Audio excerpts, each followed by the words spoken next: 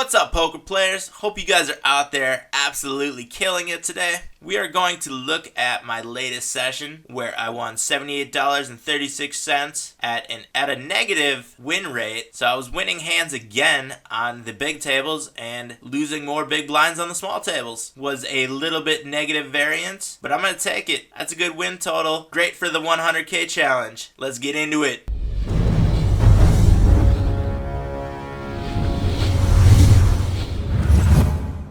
First hand we're looking at is at a smaller table. It is a 10NL table, short stack, $5 max buy-in on this table. We have pocket kings in under the gun +1. We're a little bit short-handed right now. There were 7 players at the beginning of this hand. I open raise to 3x, and we get a call from the cutoff, and we get a raise from the small blind. It's a pretty large raise here from the small blind, and this is a regular player, competent thinking player. It's $1 for us to call, but I'm eyeing this player on the left here, and I see these fishy numbers, and I'm trying to make a play that would get him involved in the pot. I'm not too worried about this player's hand. Kings is gonna beat a majority of this player's 3-betting range, but I don't want to push this player out of the pot. So I make a min raise here. I think that 59% VPIP is not going to get away from it, and he doesn't. He makes a call, and the small blind makes a call as well. I thought he might actually fold right there to this bet, thinking that I had a very strong hand, but there is now $77 in the pot. We have 376. We are beyond pot committed, way beyond pot committed. We're actually all beyond pot committed at this point. Flop is rainbow jack high. I push $1.90 in the pot. I'm going to try to suck out as much value as I can from this player to my left, and he jams all in. This player makes a call. I'm not getting away from it with only $1.86 left. I make a call as well.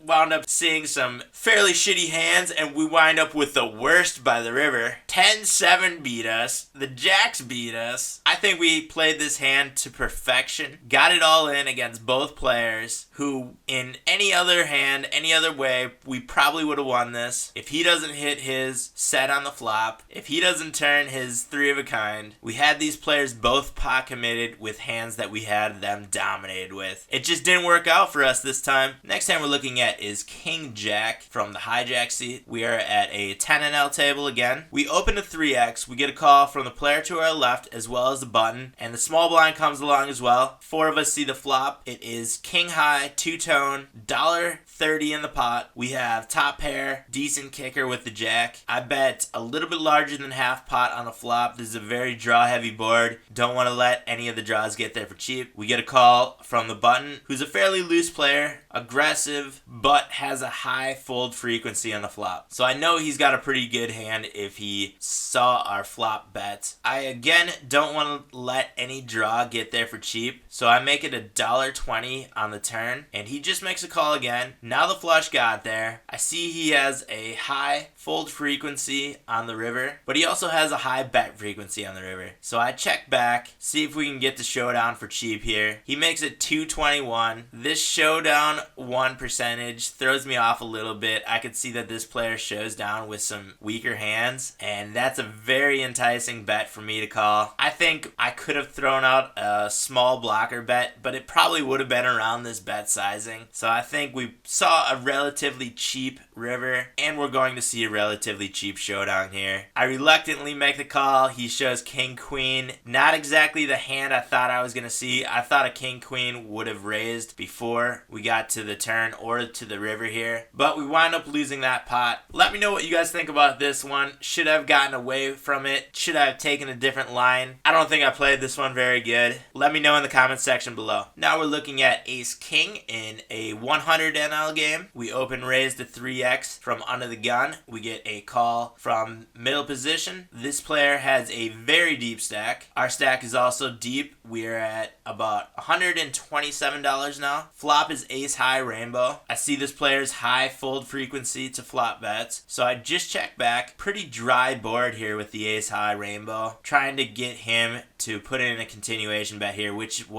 what he does for 386. Just gonna make a call here. Turn is the 6 of hearts. We now have a nut flush draw. There's 1462 in the pot. I just check back as well, see his 100% fold to turn bet and 60% turn bet frequency, which is fairly high for both of those. And he winds up betting just about pot here. With our nut flush draw, top pair, top kicker, we're not going to be getting away from this one, even though he bets such a large amount on the turn. We might run into some hands like ace jack that got there. Maybe he had a set of 8s, but I think we're going to be ahead of most of his range. The 3 did not help any hands. I see his 100% bet on river, 0% fold to river bets, both of which play out really well. But I'm going to throw in a little bit of a blocker bet, half blocker, half value bet here. I think our hand is going to be good against the majority of his range, but I think we can still get away from it if he does jam us here or raise us here on the river. I think we can weed out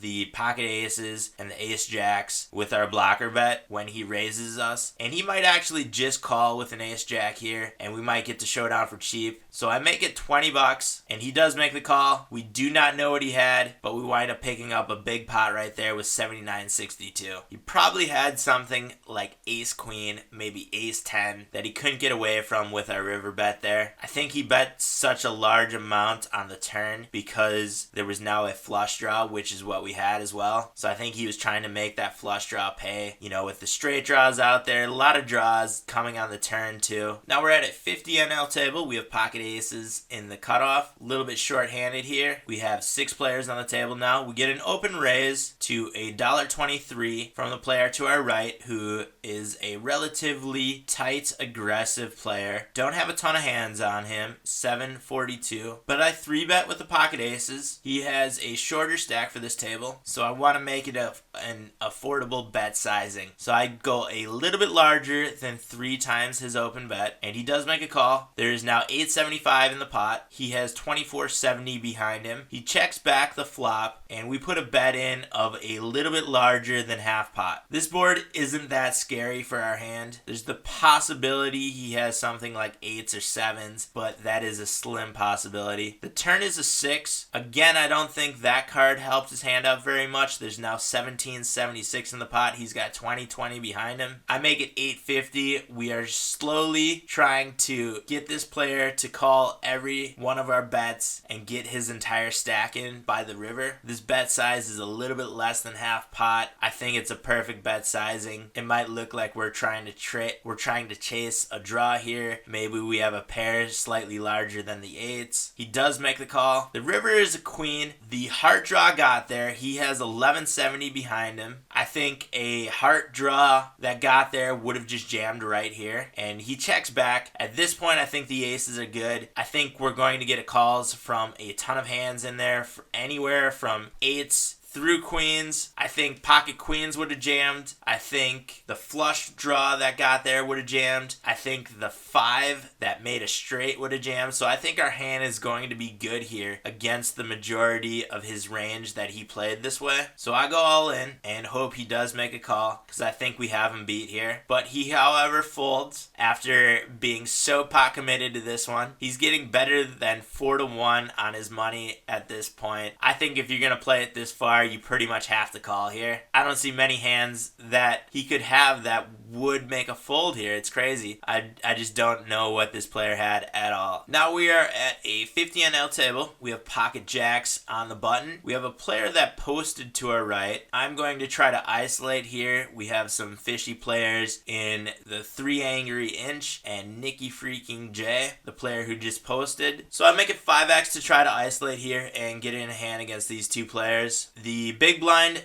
the Angry 3-inch bets. 3 bets to 650. It's a $4 raise to us. I see that this player has a 3-bet percentage of 27.1%. That is crazy high, 20 of which is premium hands. That makes sense with the 27% 3-bet percentage. So I think this is a pretty easy call with the pocket jacks in position against this player. Flop is ace high, 1375 in the pot. He checks back, and I just check back as well. He has an 84% bet on turn frequency. So when he puts in this bet, there are a ton of hands in his range that I think he could be betting with. And I think jacks are going to be good against the majority of his range. So I do make a call here. The river is a king. If he bets again, I might think about folding here. He, however, does check. And with this board, I think there are a ton of hands he could be playing here. I think we're going to showdown well against him, but I don't think putting in a value bet here is going to be a good play. So I do just check back. I want to just showdown with our showdown value hand with the jacks. We see that we were up against queens. He actually had a hand that he was 3-betting with. This hand didn't really work out the way we wanted it to, but I think we got to a relatively cheap showdown against a player that we were going to be playing well against with the pocket jacks. I'm not too upset with this. It's a bit of a cooler, in my opinion, against this type of player. Now we're at a 100 NL table. We have pocket queens in the small blind. We get an open raise from Colorado Bass.